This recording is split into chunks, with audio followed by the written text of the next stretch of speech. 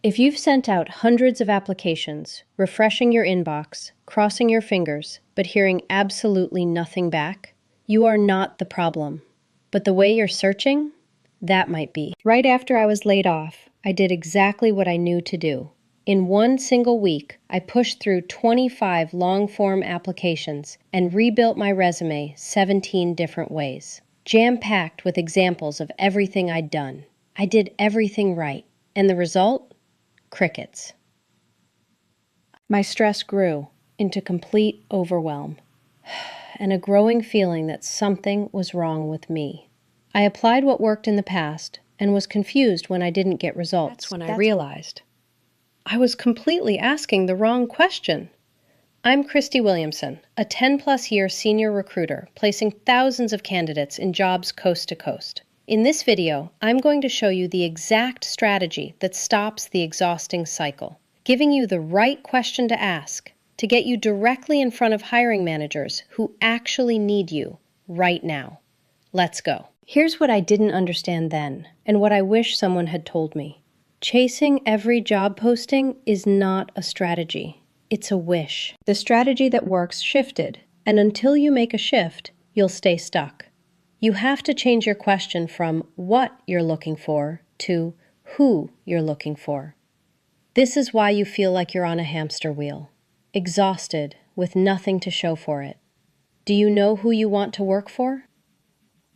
Think about this for a second. Companies spend real time defining exactly who they want to hire. They know the experience level, the soft skills, every detail. But how many candidates take that same intentional approach to defining what they want in an employer? Almost none. When you don't know who you're looking for, you apply to everything. And nothing fits quite right. You feel it. But you keep hoping that you'll find a good company, one that feels like the perfect fit. When you're struggling and feel like you don't have the power to choose, desperation creeps in. It's understandable. You have bills piling up. But unfortunately, this desperation comes through even when you're trying to hide it. This sabotages you. Here's what changes when you build what I call an ideal employer profile, or avatar. You stop feeling like you're at the mercy of whoever will give you the time of day. You start showing up as someone who is selective, confident, someone who knows their value and is choosing where to bring it. That energy? Hiring managers feel it. It makes a difference before you say a single word. I'm sure you've been in a room when someone confident and charismatic walked in. The energy shifts. Everyone wants to be closer to him or her. That can be you. Here's where to start. Before you apply to another job, answer this one question. Where have you done your best work, and what made that environment different?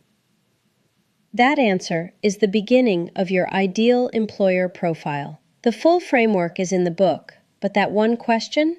Start there tonight. There's a specific signal I learned to look for, something most candidates aren't even aware of, that tells you a company has to hire. Not wants to, has to. Here's one to start watching for right now. Companies that have just raised funding. When a company closes a significant funding goal, they now have an obligation they can't fulfill with their current team alone. They have to hire.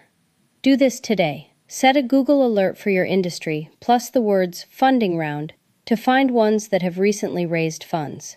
That one tactic puts you ahead of most candidates applying to the same types of openings. That's your window, and most candidates aren't even looking here. Knowing who you want to work for changes everything. It impacts how you show up, on paper, on social media, and walking into a room. This feeds directly into the next strategy I want to share with you, because this one is the one most people completely miss. This one strategy on its own, I've watched change everything for candidates who couldn't figure out why they kept getting passed over, even when they were clearly qualified. It's not what you think. This might surprise you. It's more powerful than your resume. Your most powerful interview tool has nothing to do with your qualifications. I'll show you exactly what you have that's your most powerful asset in a minute.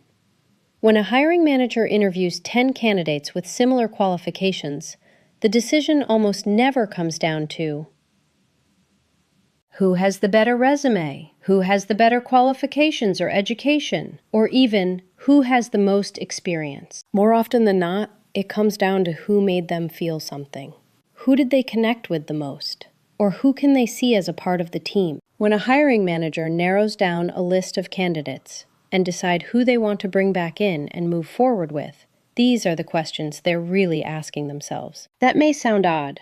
I know. Stay with me. The science and reality of what makes the biggest impact in an interview. It's you, uniquely you. There is research out of Stanford University showing that people retain only 5 to 10% of information when it's presented as statistics alone, but 65 to 70% when that same information is paired with a story. Your stories, the ones you share with a hiring manager, make all the difference. This is your most powerful tool, the one that's more powerful than your resume. Now think about what you're doing in an interview.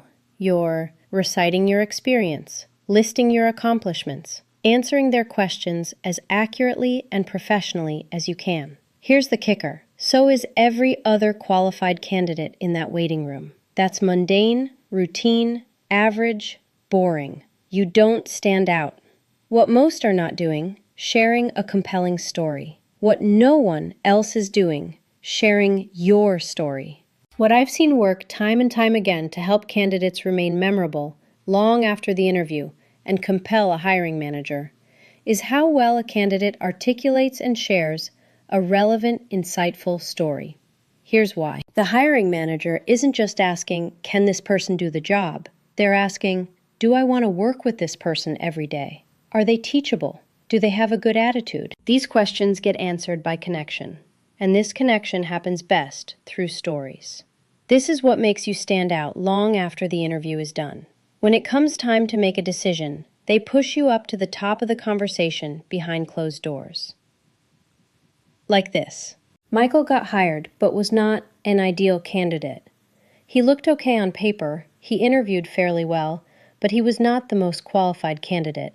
He didn't have the most industry experience or all of the desired certifications for their ideal candidate. But he did show kindness to the front desk receptionist, thanking her for taking the time to bring him a cup of coffee. She was having a particularly difficult day.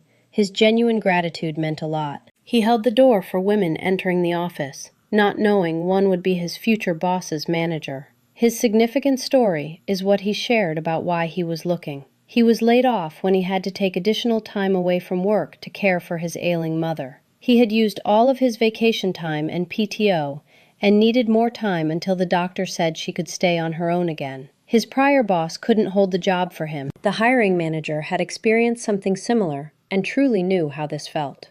This story, combined with his kindness, great attitude, and that he was in the same branch of service as his new boss and knew some of the same people, this put him ahead of more qualified applicants. These characteristics stood out when it came time to make a choice of who to hire. It's why they chose him. When telling your story, be genuine. This is key. It's not about performing or being relatable. You should not fabricate a story, and if you try, most of the time it will backfire sooner or later. Before your next interview, do this one thing. Look up the hiring manager on LinkedIn. Find one genuine point of connection, a shared employer, a cause they care about, a branch of service. Just one. This is the first item in what I call the connection checklist, a framework that helps you walk in already knowing what to connect on before your qualifications ever come up. The full connection checklist is in the book, but the LinkedIn research before every interview? That starts now. Only a small percentage of candidates walk in knowing how to make a genuine connection quickly, which means when you do, and you do it well, you're in a completely different category than everyone else in that waiting room. You now have this recruiter secret most candidates never get. Next up, what if you could start building that connection before you ever apply? What if hiring managers already recognized your name when your resume landed in their inbox? That's not wishful thinking. That's a strategy social media helps you create, but not the way most people are using it. Check out this next video here to get this strategy.